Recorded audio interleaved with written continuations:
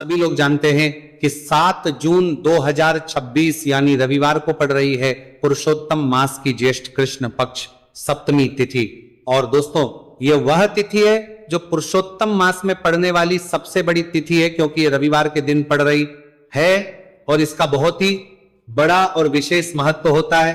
पूज्य गुरुजी ने कहा है कि अगर कभी भी मौका लग जाए और पुरुषोत्तम मास की सप्तमी तिथि रविवार को पड़ जाए तो आप लोगों को 7 चावल के दाने वाला उपाय तो अवश्य ही करना चाहिए।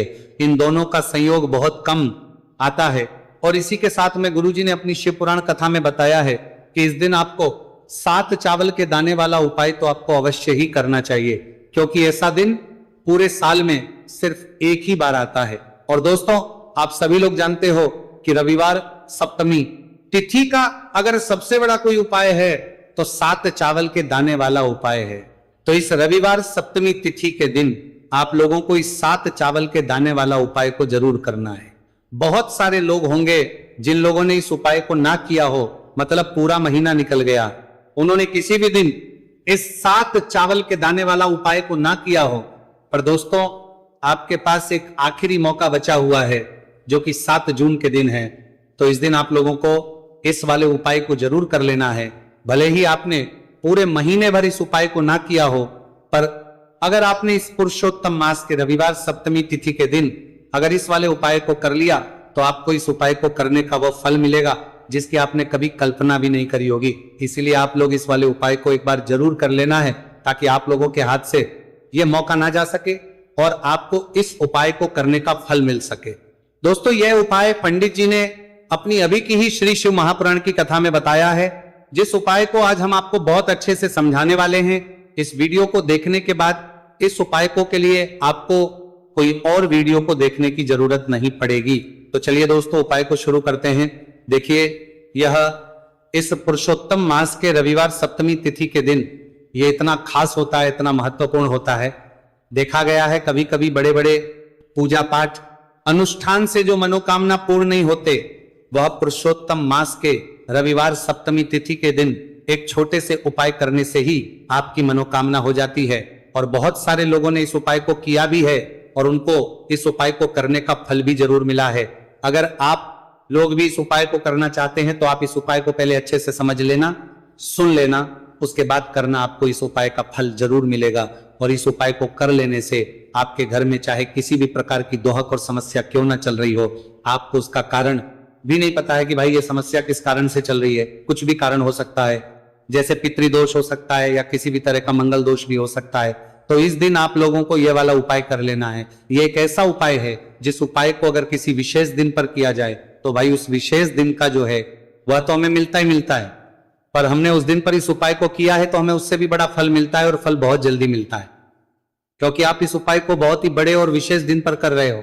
तो अब उपाय के बारे में बात करते हैं, लेकिन उससे पहले आप लोगों को यह जानना आवश्यक है कि आखिर यह उपाय किस समय करना है, किसको करना है और कैसे करना है।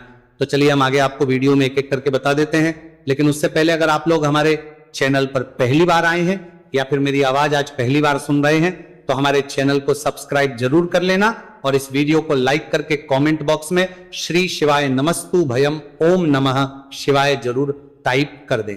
तो दोस्तों, इस 7 चावल के दाने वाला उपाय को हमें इस रविवार सप्तमी तिथि के दिन कैसे करना है, किसको करना है, किस समय करना है और कहां पर करना है, ये सारे सवालों के जवाब आपको इस वीडियो में मिल जाएंगे। और जो ये वीडियो देखेगा भाई, उसको 7 चावल के दाने वाला उपाय जरूर करना चाहिए, क्योंकि इस दिन एक चावल के दाने का भी बहुत ही बड़ा और विशेष महत्व होता है। और जब बात आ जाए 7 चावल के दाने वाला उपाय की, तो ये सोने पर सुहागा वाली बात हो जाती है और ये एक बहुत ही बड़ा उपाय हो जाता है इस रविवार सप्तमी तिथि का। तो अब दोस्तों, इस 7 चावल के दाने वाला उपाय को आखिर करना किसको है, सबसे पहले हम लोग वो बात जान लेते हैं। तो देखो, घर की जो बड़ी माताएं बहनें होती हैं, उन माताओं बहनों में से कोई भी एक बड़ी माता बहन इस वाले उपाय को कर सकती हैं। और दोस्तों, अगर आप चाहें तो अपने घर में से सभी सदस्यों को भी इस उपाय को करवा सकते हैं। अगर किसी व्यक्ति की खुद की कोई मनोकामना है, खुद की कोई दुख और परेशानी है जो कि वो अपने लिए ही करना चाहता है, इस वाले उपाय को तो वो खुद अपने लिए भी कर सकता है। बाकी अगर कोई घर में से ऐसा है जो कि अपने पूरे घर परिवार की सुख और शांति के लिए ये वाला उपाय करना चाहता है तो भाई वो भी कर सकता है, उसमें भी कोई दिक्कत वाली बात नहीं है।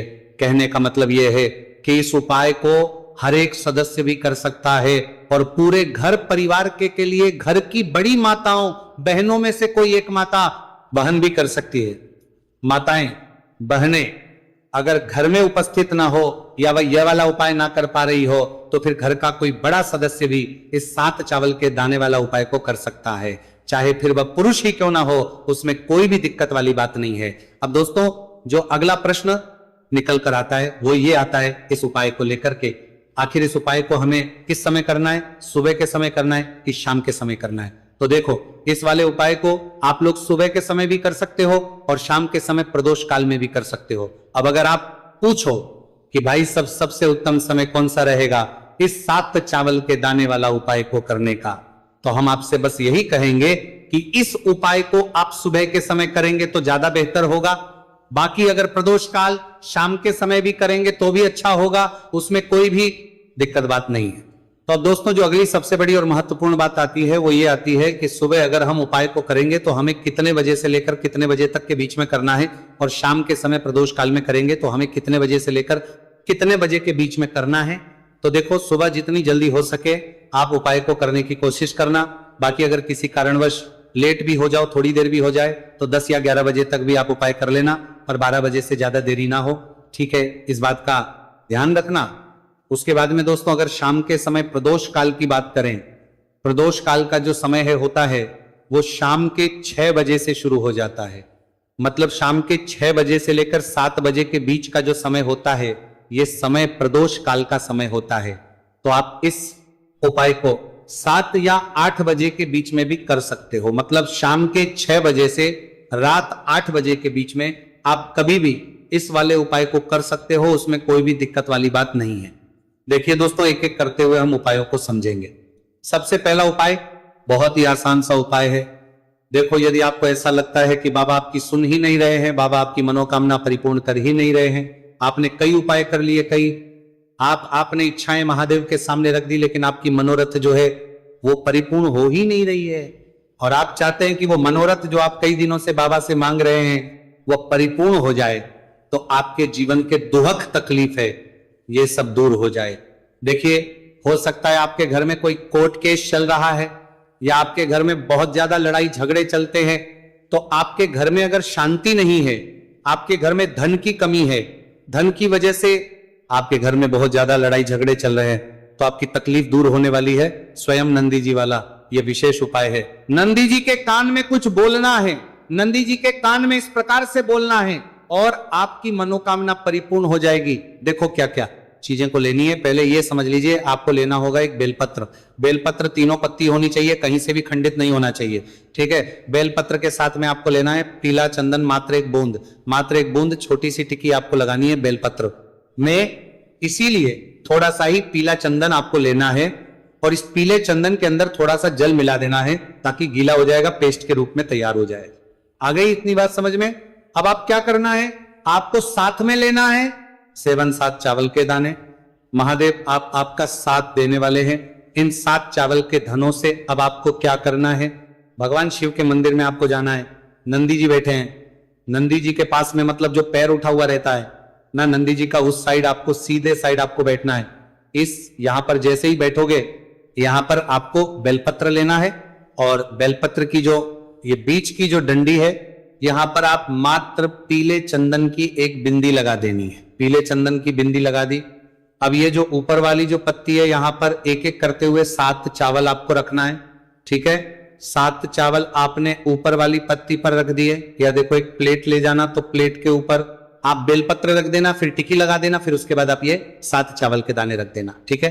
अब आपको क्या करना है, जहां पर आप नंदी जी के वहां पर बैठे हो तो नंदी के कान में आपको आपकी जो भी इच्छा है, जो आप चाहते हैं कि महादेव परिपूर्ण करें, और नंदी जी के कहने पर महादेव आपकी मनोकामना निश्चित तौर पर परिपूर्ण करेंगे। तो आपको क्या करना है, नंदी जी को कान में आपको बोल देना है जो भी आपके दुहक तकलीफ है, जो भी आपके कष्ट है वो सब दूर हो जाए, ऐसी आपको कामना करना है। और नंदी जी के कानों में आपको बोल देना है, जो भी आप चीज बोलेंगे वो नंदी जी भगवान शिव से विनय करके बोलेंगे, और नंदी जी की बात भगवान शिव नहीं टालते हैं। और इसीलिए जो भी इच्छा है, आपकी जो भी कामना है, वो आपको विशेष बोलना है और उसके बाद आपको वहां से उठना है।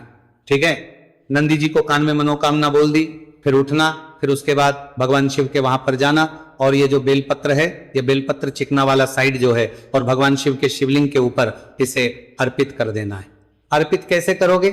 जो बेलपत्र का जो चिकना वाला साइड है वो नीचे की साइड हो जाना चाहिए।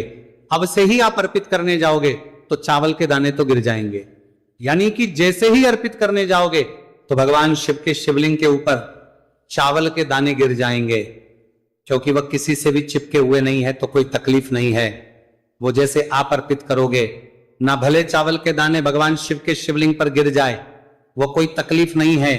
बस आपको ये जो बेलपत्र है ये आपको उल्टा अर्पित कर देना है, यानी कि जो पीला है भगवान शिव के शिवलिंग पर स्पर्श होना चाहिए और इस प्रकार से आपको अर्पित कर देना है। डंडी का जो हिस्सा है जलाधारी की तरफ हो जाना चाहिए। बस इतना सा प्यारा सा उपाय एक बार करके देखिए। निश्चित तौर पर महादेव आपकी जो भी मनोरथ है, जो बाबा से आप कई दिनों से मांग रहे हैं, वह निश्चित तौर पर परिपूर्ण हो जाएगी। आ गई इतनी बात समझ में? देखिए, अब हम बात करते हैं दूसरे उपाय की। देखिए, ये उपाय जीवन ऊर्जा का है, रविवार का दिन है और सप्तमी तिथि है। अगर आपके जीवन में बहुत ज्यादा अंधकार है, अगर आपके घर के जो बच्चे हैं बहुत ज्यादा सोचते हैं, या आपके घर में कोई भी ऐसा व्यक्ति है बहुत ज्यादा सोचता है, डिप्रेशन में रहता है, तनाव उसको है, तो तनाव को मुक्त करने के लिए यह उपाय है। अगर उसके भाग्य में जीवन में तेज की प्राप्ति नहीं है, तेज यानी कि ऊर्जा नहीं है, उदासी रहती है, जीवन में आलस है, तो फिर उस व्यक्ति को यह उपाय करना चाहिए। कोई काम करता भी है तो उसमें सफल नहीं हो पा रहा है। Future option, we've got it. Precision tools, real-time insights in one single app. आ रहा है तो विशेष ये व्यक्ति, विशेष ये उपाय उसी व्यक्ति को करना है। देखो, इस उपाय के लिए आपको क्या क्या सामग्री लेना होगी। सबसे पहले तांबे का एक पात्र लेना, उसके अंदर घर से आपको जल भरना है। अब इसी जल के अंदर आपको लाल चंदन डालना है। एक चुटकी डाले, थोड़ा ज्यादा डाले, जितना आपको डालना है आप डालें। लाल चंदन जो होता है वो तेज की वृद्धि करता है। रविवार के दिन लाल चीजों का उपाय करना बेहद शुभ होता है, और हो सके तो लाल रंग के कपड़े पहन करके अगर आप ये उपाय करेंगे ना तो और भी शुभ होगा। ये लाल चंदन मिश्रित जल आपको क्या करना है, आपको जाना है किसी भी बेलपत्र के पेड़ के वहां पर, सुबह से लेकर के शाम तक आप ये उपाय कर सकते हैं। कल रविवार की सप्तमी तिथि पर सुबह से लेकर के शाम तक आप बेलपत्र के पेड़ के वहां पर जाना। उत्तरमुखी होकर आपके जीवन के अंधकार दूर हो। जो भी आप स्मरण करेंगे, आप लेट उठते हैं, आपसे कोई कार्य बनता नहीं है, आपके जीवन में रोग बहुत ज्यादा है, तो भी आप ये उपाय करेंगे तो आपको उसका स्मरण करना है कि यह समस्या मेरी महादेव आपको दूर करना है। ऐसी कामना करते हुए आपको ये जो जल है श्री शिवाय नमस्तुभ्यं का स्मरण करते हुए ये पूरा जल आपको बेलपत्र के पेड़ की जड़ में आपको अर्पित कर देना है।